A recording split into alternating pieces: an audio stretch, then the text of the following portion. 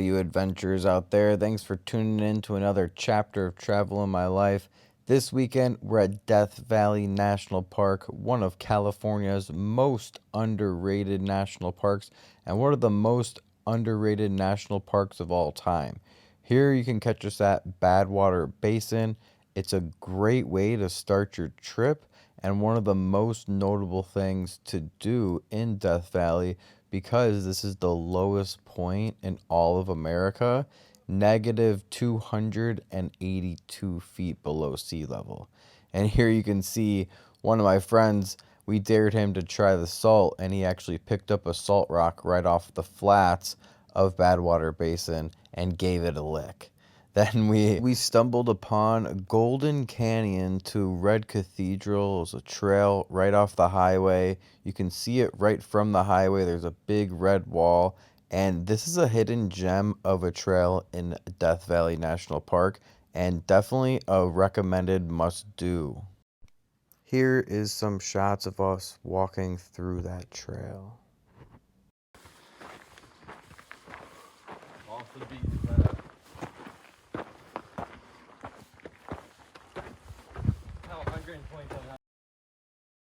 A lot of the ground gravel and the rocks are very loose at this part of the national park, so if you're going through Golden Canyon, proceed with caution, especially if you're taking a trail off the main trail, because there's a lot of back ways and back alleys.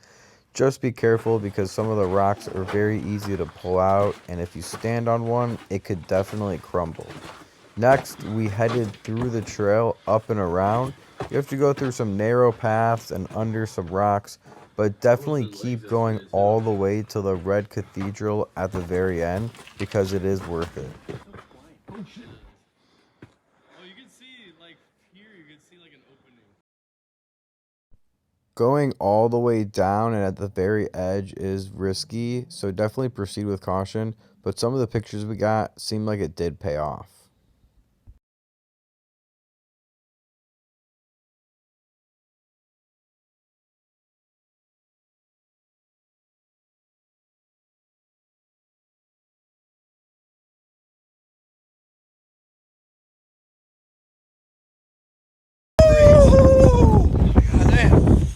Can't see anything out here. Look at this.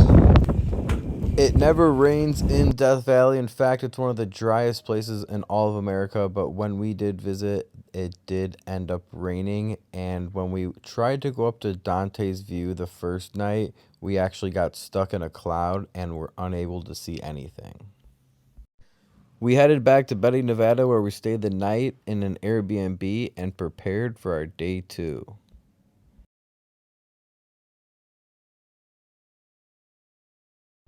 I got some of these really cool drone shots right outside the national park on the way there. The roads were very straight and long, and they would go on miles and miles. And I'm not a professional drone photographer, so don't give me a hard time in the comments below. Next up, we had the Mesquite Flat Sand Dune Trail, and you don't have to do the full trail on this one. You can really make your own trail as you want, but we wanted to try our hand at sandboarding in Death Valley National Park. It should be on everyone's bucket list. It's definitely on my bucket list. And here you can see my friend Tim didn't have much success with sandboarding. Now I took some pictures, hopped on myself, and figured out that you really have to just barrel straight down. You can't carve at all. And when I tried this, ended up having major success getting all the way down the hill. So if you want a quick sandboarding lesson, make sure you don't try to carve too much and just barrel full speed straight down the hill. This was extremely fun and ended up being a highlight, so make sure you add this on your itinerary. Okay, here you can see me running straight up this wall like I'm Spider-Man. Now this is Mosaic Canyon Trail, and it wasn't tough, but it did have a lot of climbing features and rock climbing involved with it. So if you're an older person and you can't climb around, then this trail I would not recommend.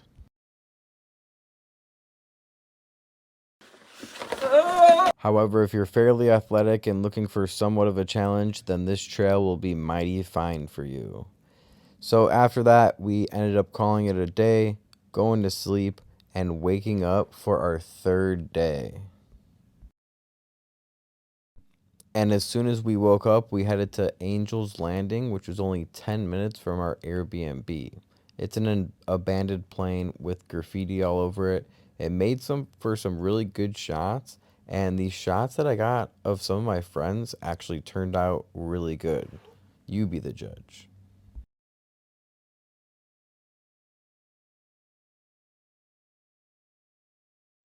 And there is wild burro or donkeys all over Death Valley, so be careful, stay alert, pull over if you see some, say hi, they're friendly. We fed this one a banana and it absolutely loved us, so we ended up making a new donkey friend in Death Valley. Don't run over his feet. No, he doesn't really have feet.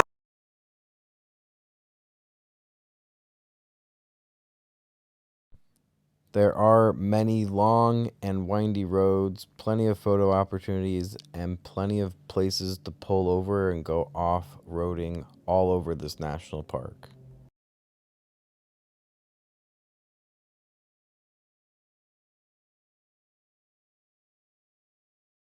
Here we are pulling up to the natural bridge hike, and you did have to take an off-road trail to get there.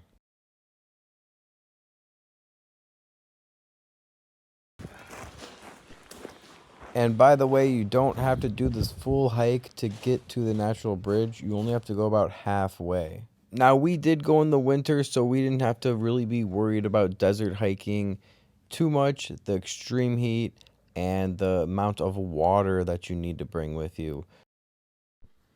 Here you can see we went back to Badwater Basin to get a second glimpse at it. The wind was incredible, making Tim look like a superhero while he was walking.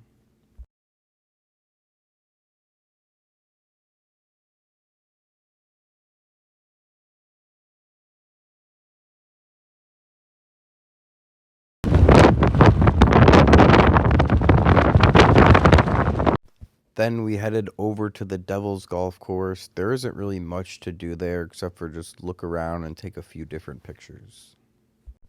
After that, we headed to Artist Palette. Okay, this is a beautiful area. It is a drive, but you can actually get out and there's a few different places to walk around and hike. Then we headed over to Zambrinsky Point here. Make sure you go all the way down. This was one of our favorite lookout points, and we got some of the best pictures here also.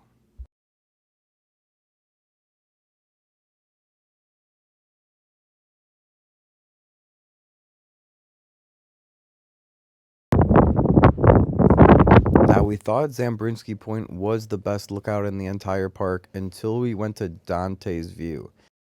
Dante's View did trump Zambrinsky Point, and if you're looking for a place to watch the sunset, this is definitely going to be the priority.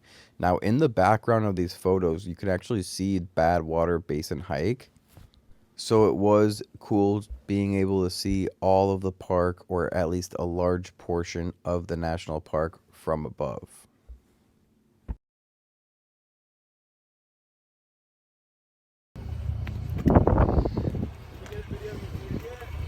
Oh, you're a nice one, are you? And that was our trip. After that, we headed home to Orange County for about a 5-hour drive.